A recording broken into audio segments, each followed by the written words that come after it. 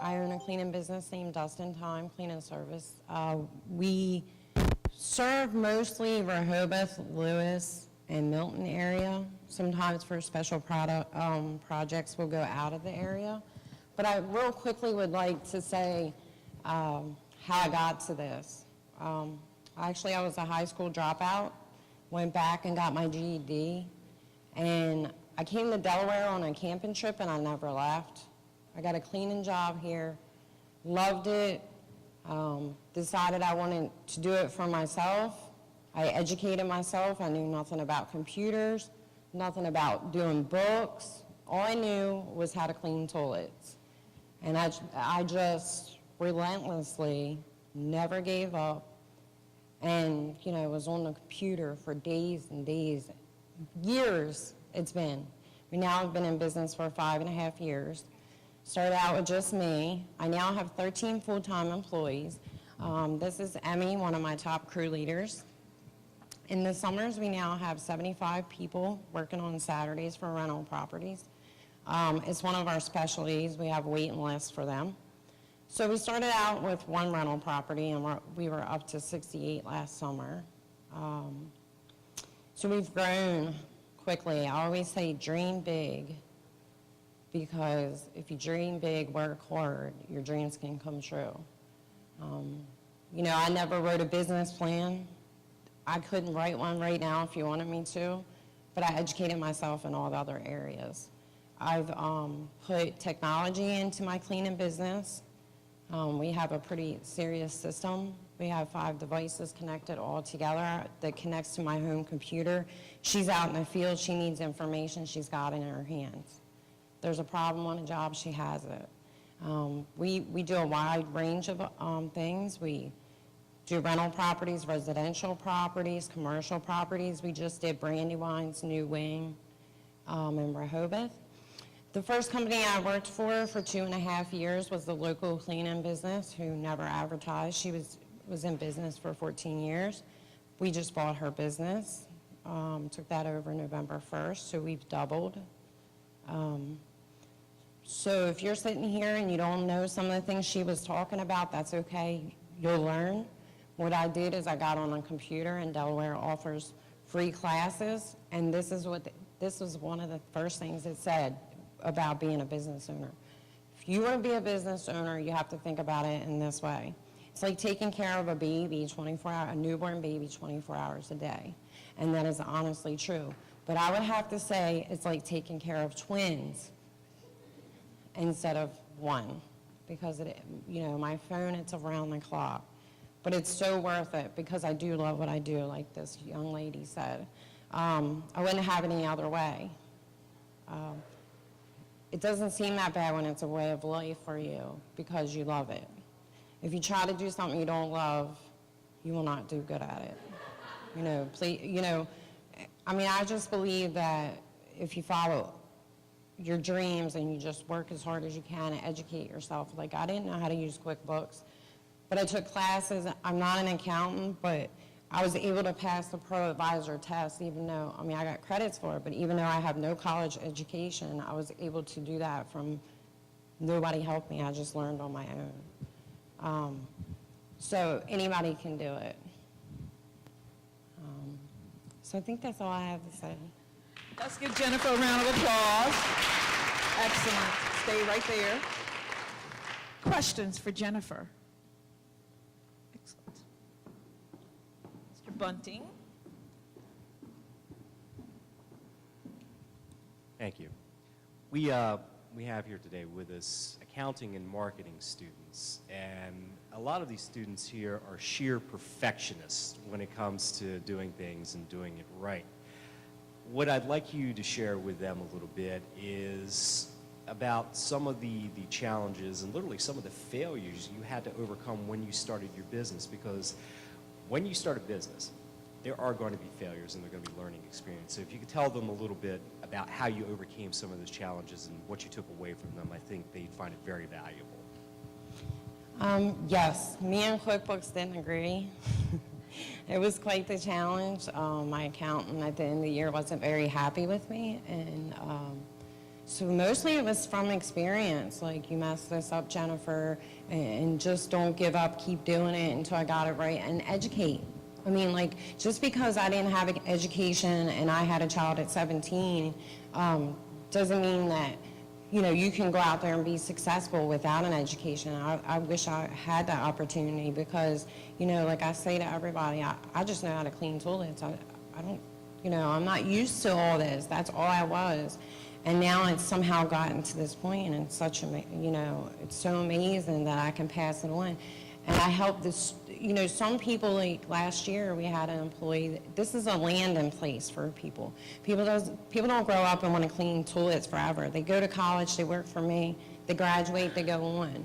You know, last year we had somebody graduate from Delaware College as an RN. You know, so, but you know, education, I mean, it's great, but walls are going to come up in front of you, and you have to work around them, and you have to figure out a way to do that. And mine was just experience and asking for help. I mean, I didn't really have that advantage of help.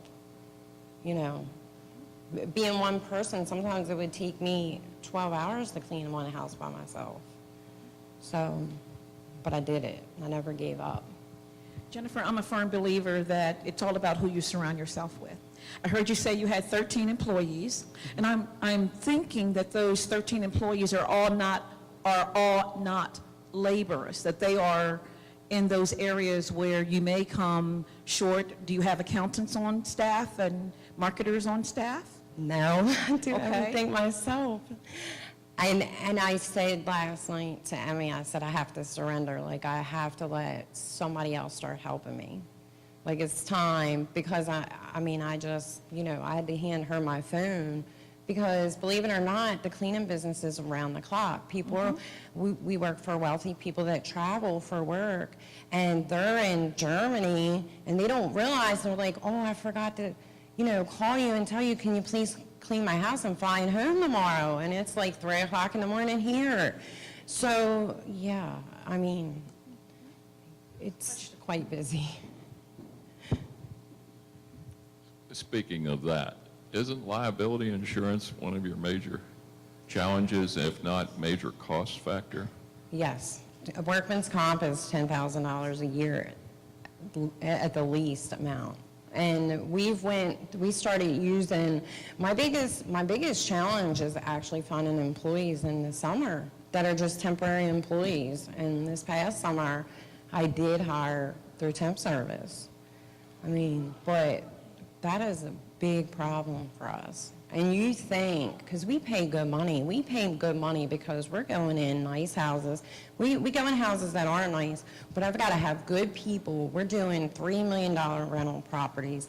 I'm doing, you know, the guy that's got all the properties in town. I'm his exclusive cleaner, and I'm educated. I have educated myself. When I walk in a house, I can tell you what kind of floor it is, what product we need on it to keep the warranty on their house. That's the first thing I ask, because if I come in and just throw bleach on a wood floor, who's replacing that floor? So, I mean, some people might not know all that. You really have to know.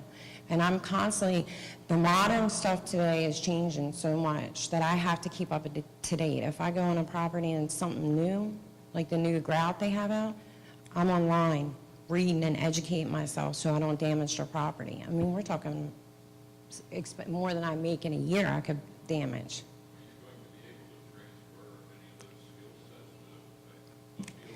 Yes.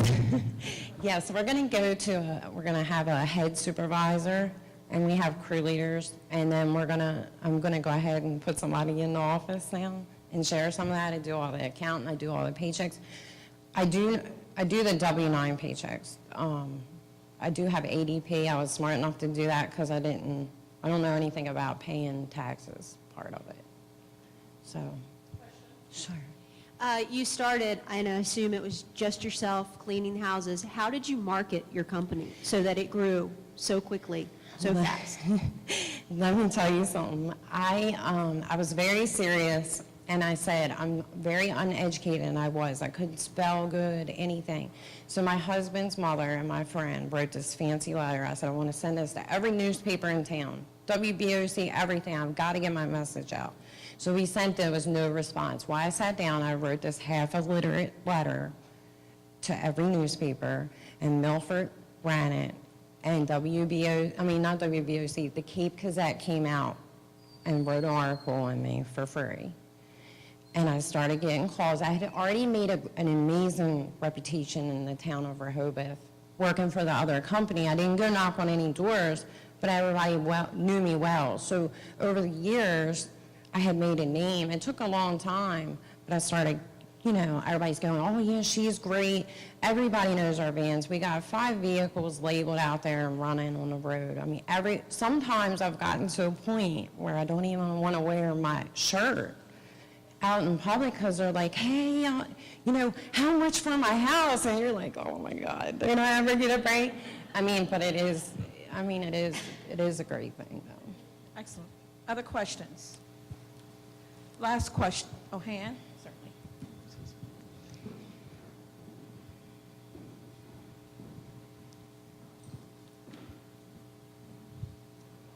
Well, welcome. In addition to a question, I'd like to share a little information. We do have a career center here at Delaware Tech, and I'd be happy to connect you with one of the leads there. And they're always looking to connect students with businesses, and that might be a pool for you for summertime employees. What have you found has been your biggest challenge, and how did you handle it? I would say the accounting part of it is very difficult.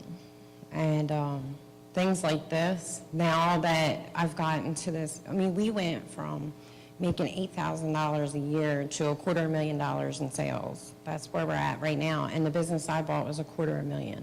So now going into January 1st, we're going to be a $500,000 company. And what comes with that is sharing the responsibilities. And that was why I did it, because it was just becoming too much, and there wasn't enough money in there at that point to share the responsibilities. Now I have more money involved, I can. But I would love to get in the program. That would be great. My question before the last question. I'm a firm believer in 3 things when you're thinking economically, and that is sustainability and retention. That's once you started the business, how do I keep the business sustainable? Number 2 is profitability. If I'm not making a profit in my business, then therefore it's a hobby.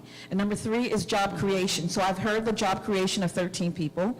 I've heard some profitability. I'm back to sustainability and retention. And that is because I'm a firm believer, having taught business for many years, that you do need a POA, a plan of action, or a business plan. I heard you say you did not have a business plan. I would say to these young people to have a business plan. Yeah. And what would you tap onto that? What would I add on to that? Because you didn't have one. No, I didn't. And we have to have, for business growth and sustainability, for retention, you got to see ahead. There has to be some visionary there. And you definitely have it. But I want these young people to understand how important it is to have a plan of action. What can you add to that? I agree. Education, please. If you can get an education, get an education. I got lucky. That's what I feel like. I got real lucky that I worked hard enough in my field and was able to. But you got to remember, my work is, rental work is a lot of my profits. And there's a lot of, work for rental work. However, if you start in a tougher business, like, a cake business, you might not be so lucky. You would really have to work much harder. She has a lot of money in, appliances and stuff. I have money in, I have a lot of computer devices, but mostly supplies. So I don't have all those kind of expenses. So you would really, I definitely recommend a business plan and education. I wouldn't even attempt it without education and a backup plan.